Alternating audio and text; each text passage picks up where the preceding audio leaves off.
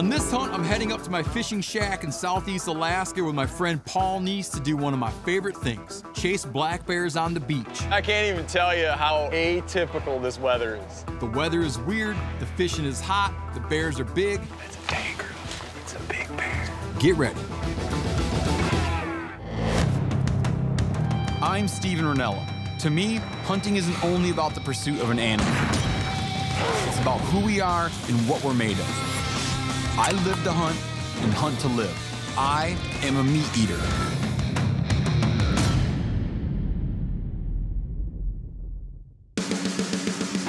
A few years ago, I won a limited draw permit to hunt Dall sheep in an area that few fellas ever get to visit. Not only did my friend Paul Neess call me to say that I'd won it, but he offered to come along and carry a backpack just so he could share in the peculiar joys and miseries of a steep mountain hunt. His help was invaluable, and since then, I've been looking for an opportunity to repay him for his generosity. So this year, when he drew his own tag for a limited draw bear hunt near my shack on Prince of Wales Island, I invited him up. I like it. They say that paybacks are hell, but in this case, it's heaven. It's early summer, and the weather is as good as I've seen it. When I think of bear hunting, I think of fishing and crabbing. Seems to go together pretty good. Like here, you'll see, I mean, we'll always be looking for bears, but the evenings are good. And then you've got a big span in the middle of the day. Yeah, and it's, plus right now, I think it'd be especially so. Like if it was cool and rainy, I'd be more eager to look, but I think it's just hot, man. For like a black critter. Yeah, you think they'd be sitting, laying down in some cool spot right Yeah. You seem to see a lot of bears right before dark. You know, and I used to just hunt all day long, and you're just like burning boat gas, man. And then you wind up seeing a couple bears, you see them last hour a day. So I think that, especially if it stays like this, we'll do some fishing, do some crabbing, and always make sure to be out there in the evening in the good areas. I particularly watch at low tide mussel beds. They like to come down. You see mussel beds so thick the bears just lay down and feed on mussels. The other I like to watch is like that right there, grass patches. The other really important factor here, you can't shoot from a boat. I'm talking even a canoe, you cannot shoot from a boat. You know, you're always thinking like, where can I land and get my boots? Get on shore. On the ground, that's why I like to hunt waders. Yeah. Instead of like looking for a place to try to get dry, I like having waders, and that way you can just bail out. Yeah, that makes sense. With our crab traps set and the evening round of magic bear time quickly approaching, we start prepping for the hunt. The plan is to boat to the edge of the country where I want to hunt and then jump into the canoe in order to travel deeper in. That way we don't risk spooking bears with a boat motor.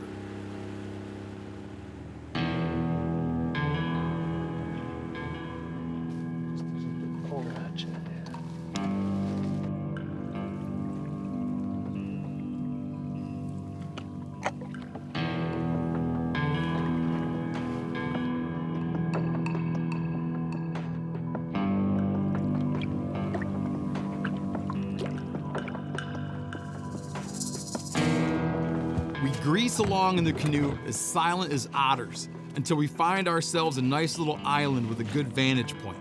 Then we settle in for a sun tanning session while we wait for the air to cool and the bears to pop.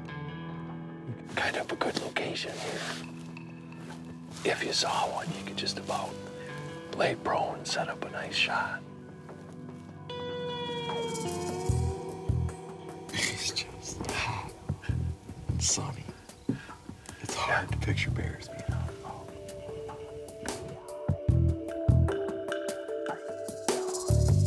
With about an hour of light left, we get our first bit of action. I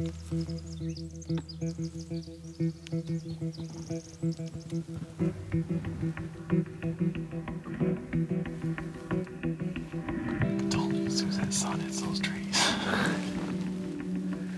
Well, I mean, he's not an absolute giant bear. I mean, he's not a dink. It's a mature boar. Yeah. I'm telling you, it's a mature boar.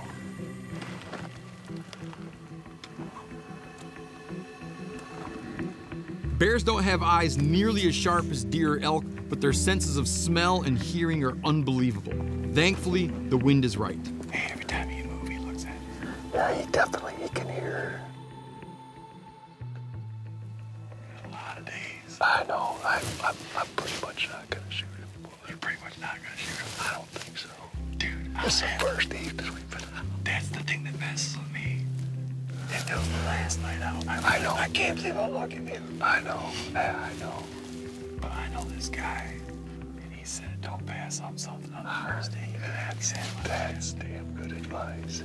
Yeah. I know, man. I've been in those shoes so many times on that deal. And then you go day after day after day. And you just wish you could go back. Yeah. Yeah, I've definitely been there.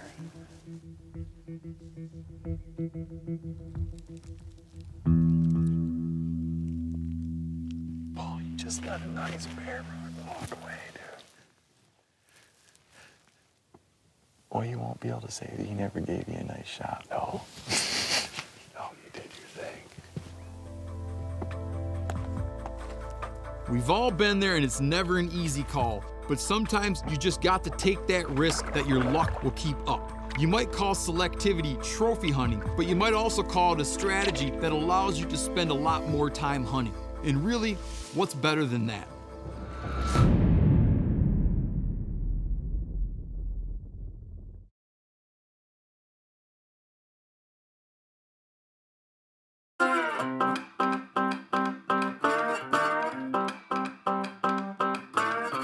Yesterday, we took advantage of the downtime by setting crab traps. Today, we're gonna chase some fish. The salmon and halibut aren't readily available the way they will be later this summer, so we're targeting rockfish. The three main rockfish we get out here, quillback by far the most abundant, yellow eye, China rockfish, and there's a bunch of like what they call pelagic rockfish that look like a souped up smallmouth bass.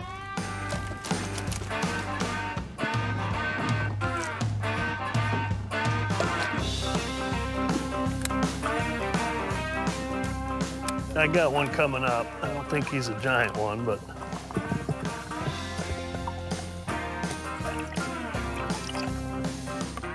That's the quillback. the quillback. And that's a pretty typical quillback.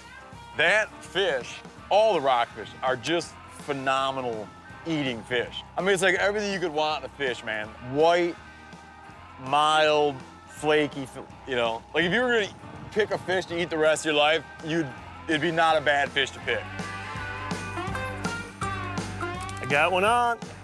That's a nice yellow eye. That's a nice fish. What you're seeing there is the erupted swim bladder. When you pull a rockfish up, you kill them because of the erupted swim bladder. So you can't throw back a rockfish. This is your fish, so you got one of two, right? So at 2, you're done. You're only allowed 2 of these annually. All right, in the cooler. There he is. Oh, I snagged an anemone. I was like, why'd that get so heavy? Good looking guy.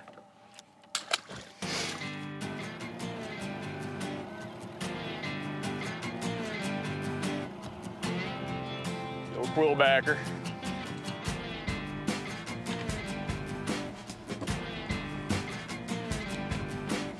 Okay, so I got one more. It's gotta be the yellow eye, Paul. Yeah.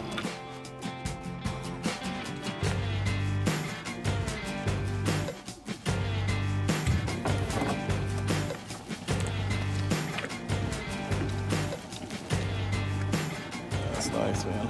You almost gotta pull them out of the water just so someone can appreciate how pretty they are, man. That worked out good, man. Couple quillbacks, couple yellow eyes. That's a good morning fishing right That's there. fun. Isn't that fun?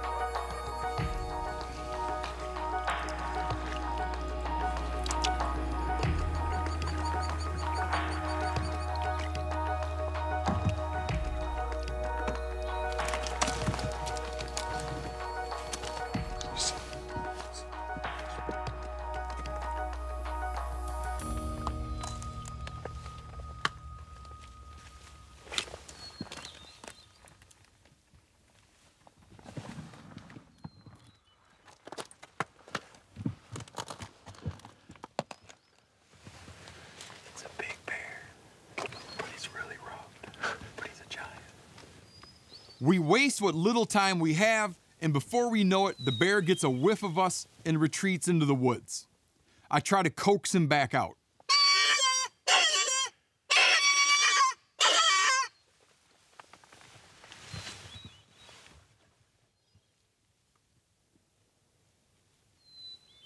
I don't see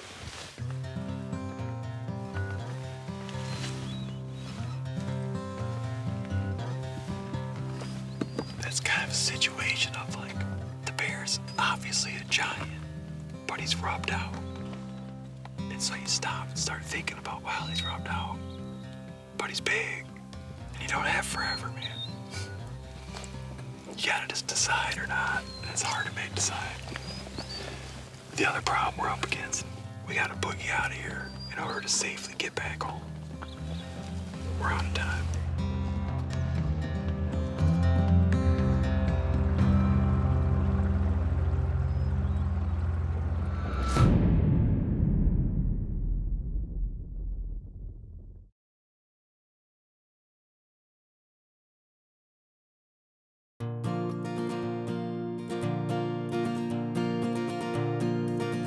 The next day, it's gorgeous all over again. We head out to pull our crab traps.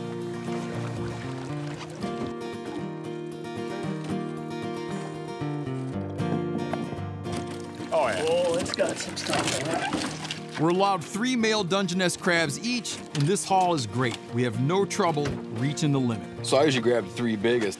He's got to be 6.5, but you can't count the points. So that crab right there, 7.5, not counting the points. So there's He's going in the pot. a legal male.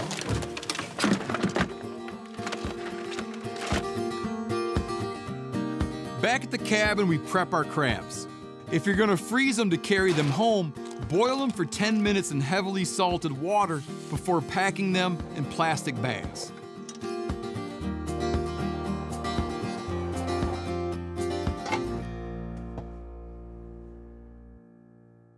As the evening approaches, we're back on the hunt. Hey, Paul. I'm gonna nose in here a little bit because the tide's high. You'll just check, there's a lot of grass in here. But watch for bears and rocks. Gotcha. Bears on land, rocks in the water. Bear's good, rock's bad.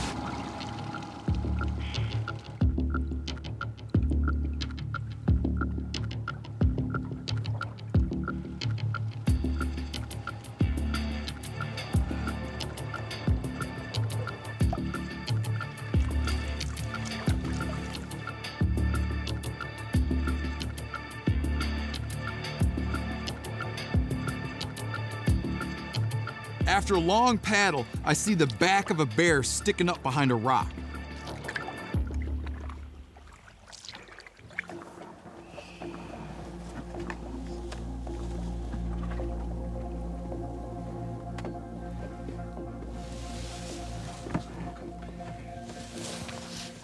At a glance, I can tell we're looking at a big one, but we need a better look before we can responsibly commit.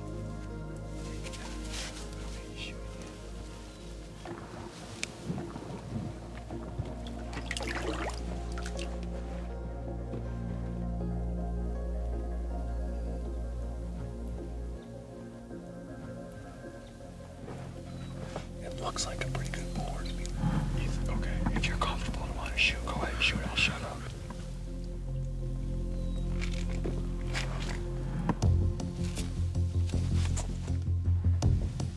If the bear takes a couple steps in the other direction or a bad gust of wind blows his way, it'll be long gone. But Paul is experienced enough to know that you cannot rush a shot at a bear. Everything has to be just right before you touch that trigger. The bear and your rifle need to be in a suitable position.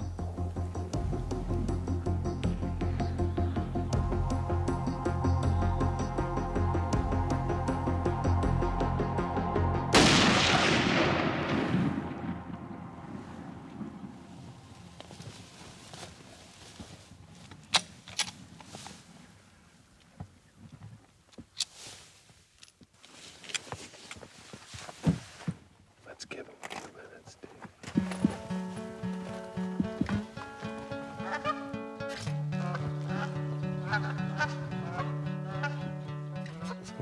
Shot felt pretty good. Yeah. You know. Well, it's not. I mean, you know, we got a little bit of. I want to have an hour to track it. So let's go check it out. I'm ready.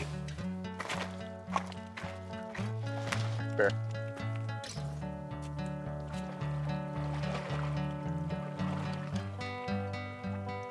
He's down. Yeah, he's dead. That's a solid That's bear, a man. good bear. That's a solid bear. That's a nice bear. Look at the hide on him.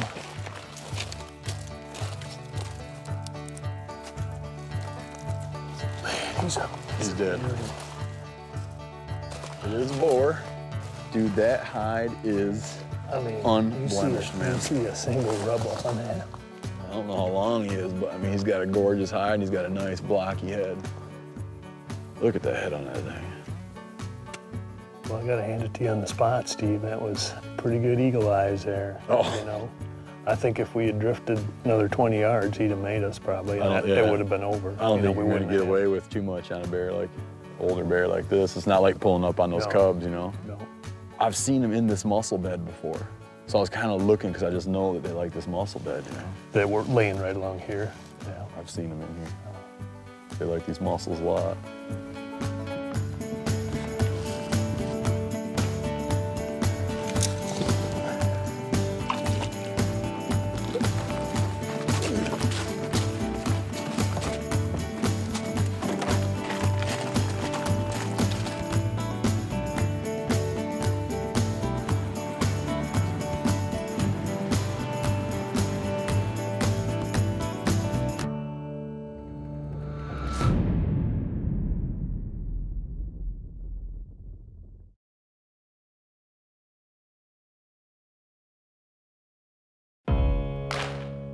Paul shot this bear pretty late in the day, so we simply gutted him in the field and brought him back in order to skin him and butcher his meat in the morning. Now, I agree with Paul on about everything, but I don't agree with him on the fact that he's not doing a full rub. I'm gonna try to do a shoulder mount type of deal, the way I would mount sheep or deer or something like that. But you got him, you want him coming out of the wall. Yeah, I want the arms out there, something a little different.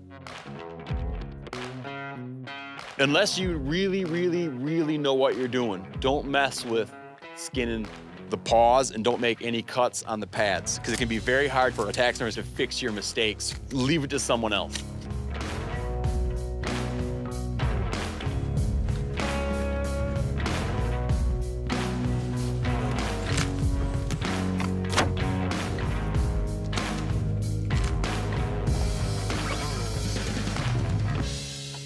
With all that taken care of, we can finally enjoy the fruits of our labor. I'm gonna make a bear loin stir fry that my kids like to call meat candy because the sauce is sweetened with brown sugar. I'm making this with bell pepper, pineapple, onion, and cashews, but you can really add whatever vegetables you'd like. So I got little strips of black bear tenderloin and backstrap, dusted in cornstarch.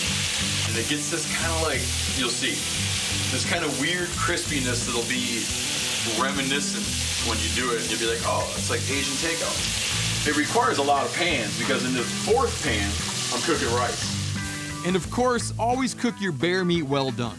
I can tell you from personal experience, you do not want trichinosis.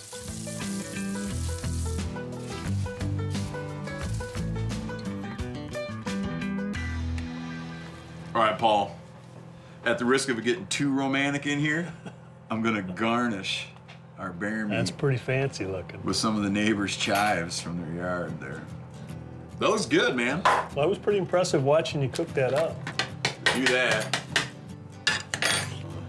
Ladle me up some of that stuff. Yeah, I don't know if this is like a diet food. Looks good. Looks delicious. See what your bear tastes like.